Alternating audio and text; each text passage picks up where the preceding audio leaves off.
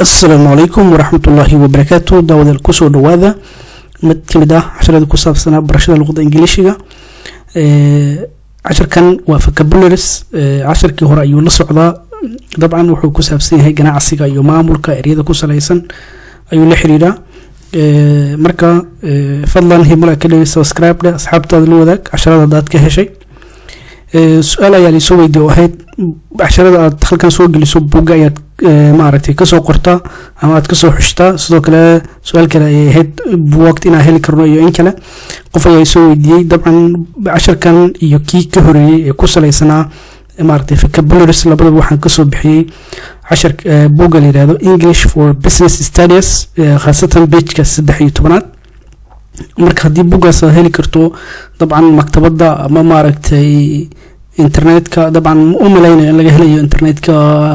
سوى e-book لكن مش يكرو مركب واقع بوجا كلا كوسلايسن conversation وانسو جرين دونا عشر كان حيجو أو كوسابسن conversation وبدياري عشر كمركب لكن مركب وقتي هذا الجارة يعني مرت عشر كسو جرين دونا إن شاء الله مركب واقع بوجا حلينا English for Business Studies مركب كوسابسن هاي رياضة مرتي جناع سيجا يو مرتي معمول أيا مرتي لو وصل جل مركب وهذا عشر كمانت iyo kiyada duuhay casharada hore ee maaragtay ku saabsanaa conversationka aan yiraahdo vocabularies afwan sababtoo maanta waxa jirto qayb soo English to English ama isku fasiri doono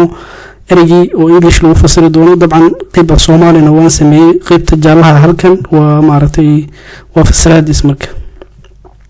casharkan guda galno erigi hore waxa la yiraahdaa consultant waxa la yiraahdaa la taliye marka area consultant waxa loo isticmaalo qofka dadka talada siiya ama shirkadaha talada siiya ayaa la yiraahdaa marka si kale hadaa u dhigno wuxuu noqon karaa qof maartay khabiir ah oo dadka shirkadaha talada siiya marka dabcan waxa uu ku takhasusay consultant la iska noqdo ama la taliye iska noqdo waxa uu ku takhasusay marka waxaas ayuu shirkadaha ka caawiya marka Englishka wuxuu leeyahay marka consultant is waxa weeye a person وقف who provide كاسو بحية أما سيا export advice to a company وهو بحنايا تلو خبرت نمله أما خبير نماه أيو سينيا شركة لها إني هذا export نفتر كيادو يو consultant واسكو ماشي مرك ومعركتي والتنين أما خبير مرك هذا إني export وحلو لجيدا مرك وخبير مرك وخبير تلو خبير نما أيو سينيا شركة لها مرك مرك consultant iyo expert waa meesha marka ay marka provide waxa loo jeedaa marka bixin ama siin marka oo qof wax siinayo ama talo bixinayo advice waa talo marka to a company ashirka hore ay ku jirtay waa shirkad marka waa shirkad waxa la yiraahdaa crisis ee loo dhawaaqay marka waa xaalad adag marka muxuu leeyahay Englishka marka waa a dangerous situation waa xaalad maaragtay adag maaragtay dad badan oo difficult maaragtay xaalad iska adag marka danger macnaha waa maaragtay khatar ah marka eriga danger hada waxa loo jeedaa khatar ah situation waa marxalad ama xaalad difficult or mase difficult iska adag marka marka waa crisis waxa lagu jira hadda cudurkan oo kale markuu jiro cudurkan markuu hadda adduunka dhibku ku hayo oo kale markuu jiro waxa loo isticmaali karaa crisis marka حالة أدب مركز لو استعمال كلام. أي شيء واحد innovation واحد هذا مركز وفكرة عصب مركز قفكي أنتو فكره وعصب لي ماذا أما حتى يصبنان لكن حدي وقفك وحو هيستو وحكي بدلو مركز وعصب كوزو كردي واحد لو استعماله innovation. English كمحولي هو a new idea or a method. marka xuleeyahay waa fikrad cusub a new idea fikrad cusub oo mise method waa hab cusub marka hada strategy waxa loo jeedaa marka waa istaraatiijiyad marka Soomaaliya strategy waxa loo jeedaa marka istaraatiijiyad Soomaaliya English wuxuu leeyahay a plan for achieving succeed waa a plan waa qorshe for achieving in la gaaro a succeed goal marka success in la gaaro marka guul in la gaaro waa marka qorsho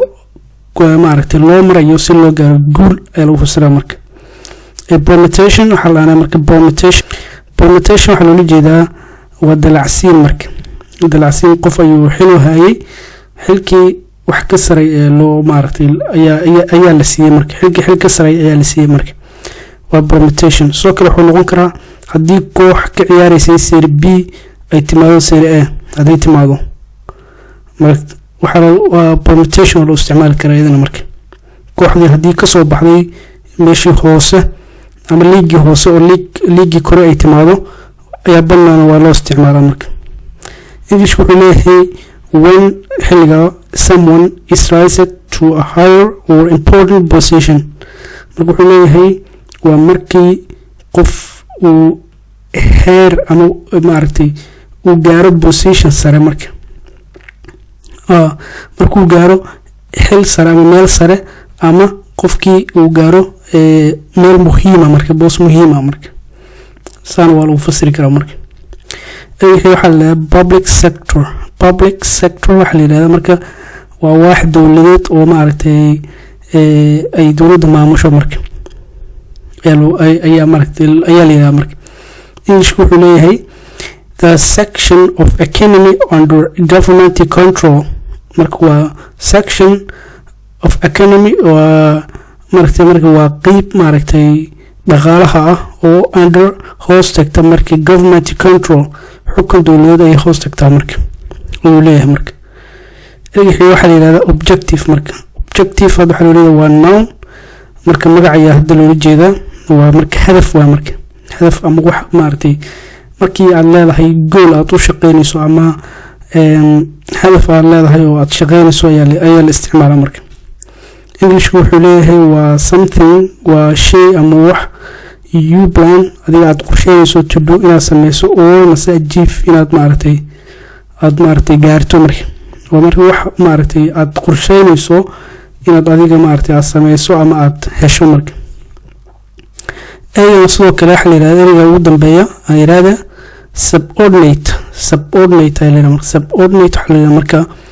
waa qof xil haya laakiin xilkiisu aanan ahayn xil sida muhiim ah marka ama waxaan ku fasiraa Soomaaliga shaqaale kala maamulaya ayaa lagu fasiri karaa Soomaali hadii la dhaho